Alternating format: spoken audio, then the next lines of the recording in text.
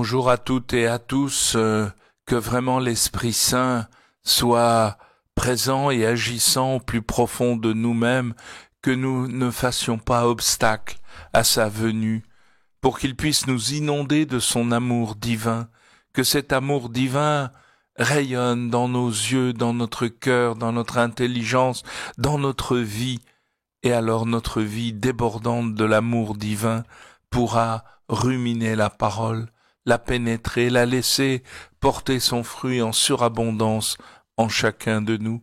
Ô Seigneur, donne-nous l'Esprit Saint en surabondance, qu'il vienne en nous, qu'il nous prenne par la main pour nous conduire jusqu'au cœur de l'intelligence de ta parole, et que cette parole nous transfigure en toi, qui est la parole.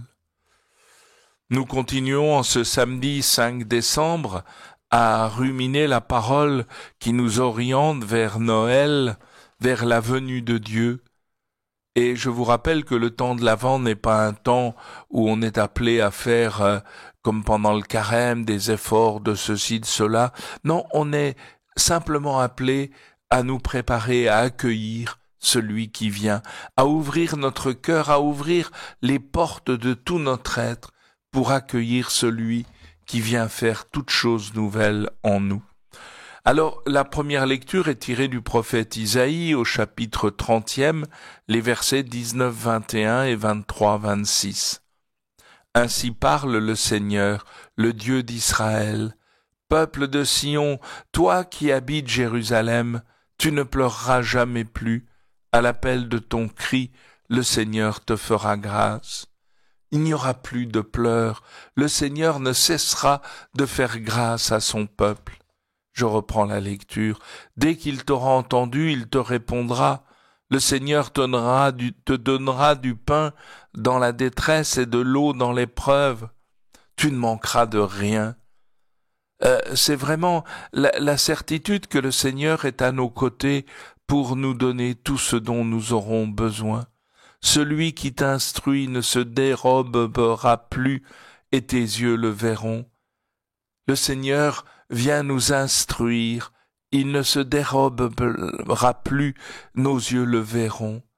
Quelle joie de savoir que nous verrons le Seigneur dans ce petit enfant de Bethléem. Tes oreilles entendront derrière toi une parole, voici le chemin, prends-le.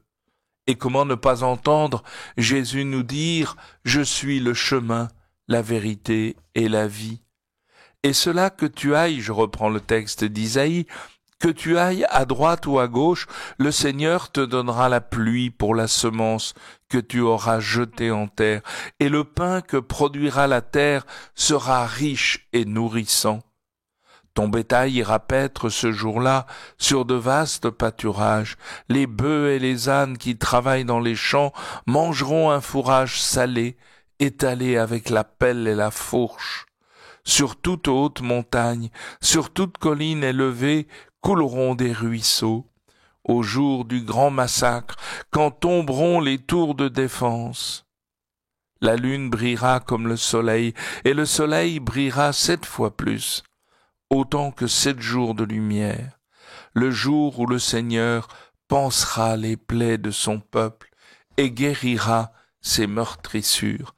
Quelle joie d'entendre de telles paroles, une vie nouvelle, un monde nouveau, où il y aura tout ce dont on a besoin, les bœufs et les ânes qui travaillent mangeront un fourrage salé. Et la lune va briller comme le soleil brillera 7 fois plus. En fait, comment ne pas se réjouir de l'émergence de ce monde nouveau qui nous échappe encore, car nous continuons à vivre au milieu de cette pandémie, au milieu de toutes ces catastrophes, mais nous le savons, le Seigneur vient et il va naître dans cet enfant de Bethléem. Et l'évangile tiré de saint Matthieu au chapitre 9, le verset 35, et puis au chapitre 10e, les versets 1, 5 à 6, 8. Je vous lis le texte, cette fois-ci sans m'arrêter. En ce temps-là, Jésus parcourait toutes les villes et tous les villages enseignant dans leur synagogue, proclamant l'évangile du royaume et guérissant toute maladie et toute infirmité. Voyant les foules, Jésus fut saisi de compassion envers elles, parce qu'elles étaient désemparées et abattues comme des brebis sans berger.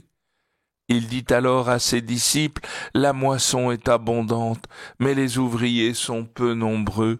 Priez donc le maître de la moisson d'envoyer des ouvriers pour sa moisson. » Alors Jésus appela ses 12 disciples et leur donna le pouvoir d'expulser les esprits impurs et de guérir toute maladie et toute infirmité.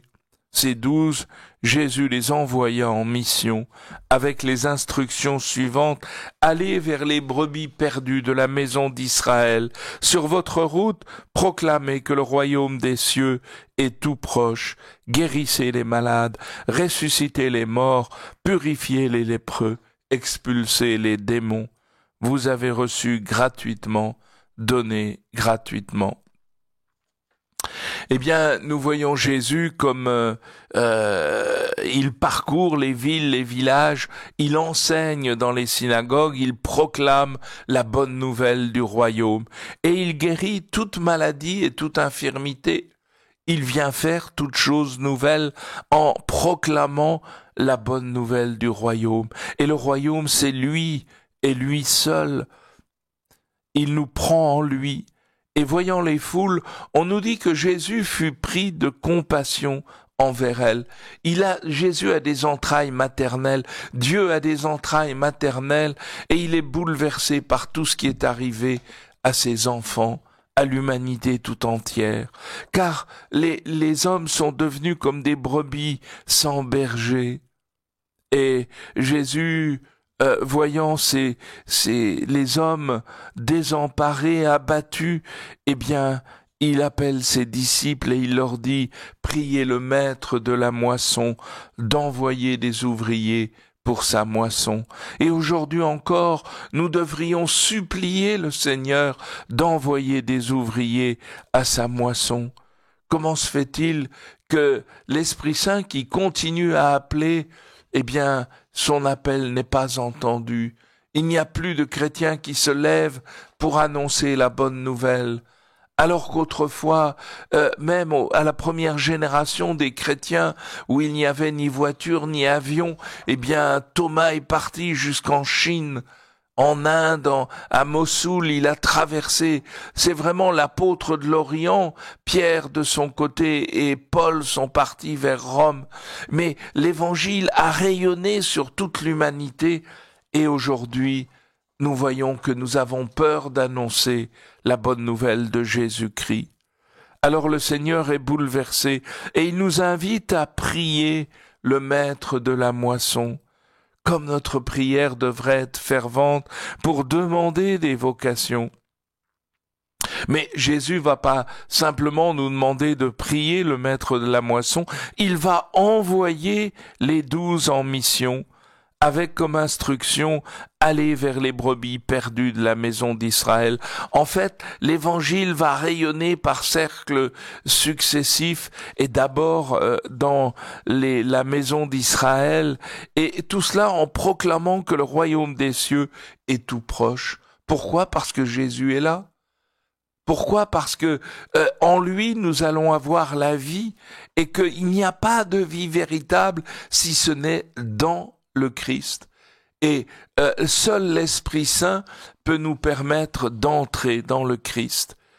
Et toute notre vie morale, toute notre vie relationnelle doit être marquée par cette vie en Christ, par cet amour de l'Esprit Saint qui nous fait grandir en sainteté pour nous permettre de prendre notre place dans le corps du Christ. Et le Seigneur invite les disciples, et il nous invite aujourd'hui encore à proclamer que le royaume de Dieu est tout proche, et à guérir les malades, ressusciter les morts, purifier les lépreux, expulser les démons. Vous avez reçu gratuitement, donné gratuitement.